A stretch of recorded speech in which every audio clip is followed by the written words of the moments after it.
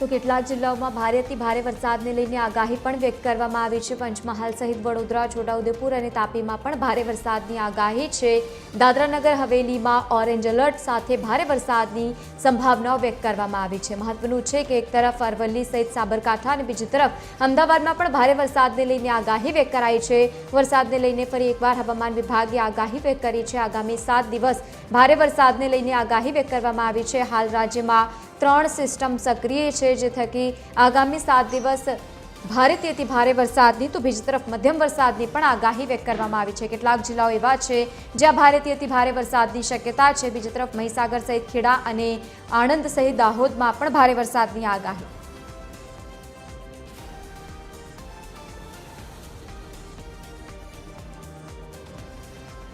તો આજ મુદ્દે એસોસિએટ એડિટર અમિત ઠાકોર આપણી સાથે લાઈવ જોડાયા છે।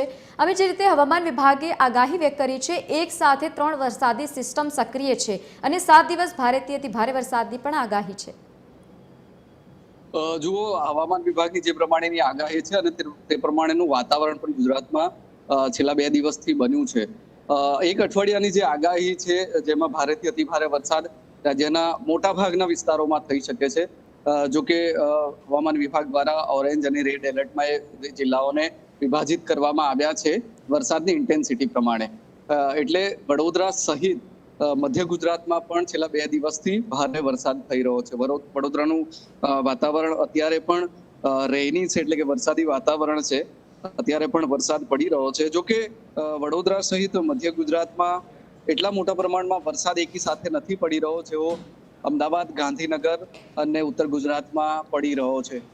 વડોદરા આ ઉપરાંત મધ્ય ગુજરાતના જે જિલ્લાઓ છે, પંચમહાલ, દાહોદ, આ ઉપરાંત નર્મદા, ભરૂચ, આ જિલ્લાઓમાં વરસાદ તો વરસી રહ્યો છે, પણ ખૂબ ધીમી ધારે વરસાદ વરસી રહ્યો છે। વડોદરાની જો વાત કરવામાં આવે તો વડોદરાના ઉપરવાસના વિસ્તારોમાં વરસાદ હોવાને કારણે આજવા સરોવરનું જે જળસ્તર છે તે વધ્યું છે। લગભગ 211.50 સપાટીએ પહોંચી છે આજવા સરોવરની સપાટી, અને તે 211.15 ઓગસ્ટ સુધી મેન્ટેન કરવાનું છે। એટલા માટે જે 62 દરવાજા છે તે પણ ખોલવામાં આવ્યા છે, તેમાંથી પાણી વહીને વિશ્વામિત્રી નદીમાં આવી રહ્યું છે। એટલે ગયા વર્ષે જે રીતે વડોદરાએ પૂરનો સામનો કરવો પડ્યો હતો, એક સાથે આટલું પાણી આવ્યું હતું, તે આ વખતે ન આવે તે પ્રમાણેનું ધ્યાન રાખવામાં આવી રહ્યું છે તંત્ર દ્વારા, ને એટલા માટે જ 62 દરવાજાને ખોલીને ધીમે ધીમે પાણી બહાર કાઢીને વિશ્વામિત્રી નદીમાં તે મોકલવામાં આવી રહ્યું છે।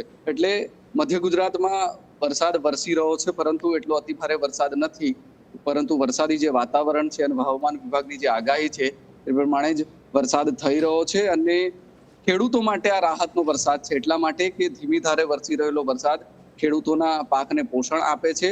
જો વધારે વરસાદ થાય તો ખેડૂતોનો પાક નષ્ટ થઈ જાય છે। એટલે આ વરસાદ મધ્ય ગુજરાતમાં વડોદરા, પંચમહાલ, દાહોદ, મહીસાગર, નર્મદા, આ બધા જિલ્લાઓ છે, આણંદ જિલ્લા છે, આ જિલ્લાઓમાં વરસાદ ધીમી ધારે વરસી રહ્યો છે। એટલે ખેડૂતો તેનાથી ખૂબ ખુશ છે। જો કે વધારે જ્યારે વરસાદ પડે ત્યારે નીચાણવાળા વિસ્તારોમાં પાણી ભરાય છે, તેનાથી લોકો મુશ્કેલીમાં મુકાય છે, પરંતુ એ પ્રમાણેનો વરસાદ નથી થઈ રહ્યો। વરસાદી વાતાવરણ બન્યું છે, ધીમી ધારે ધીમે ધીમે વરસાદ થઈ રહ્યો છે, અને તેનાથી ખેડૂતો પણ ખૂબ ખુશ છે। બિલકુલ અમિત, આભાર સમગ્ર માહિતી સાથે જોડાવા બદલ। તો જે રીતે રાજ્યમાં એક સાથે 3 વરસાદી સિસ્ટમ સક્રિય છે, બીજી તરફ મધ્ય ગુજરાતમાં પણ ધીમી ધારે વરસાદ વરસી રહ્યો છે, તે થકી ખેડૂતોના પાકને પણ આ વખતે લાભ થવાનો છે, પરંતુ આવનારા સમયમાં ભારે વરસાદની આગાહી પણ હવામાન વિભાગ દ્વારા વ્યક્ત કરાઈ છે।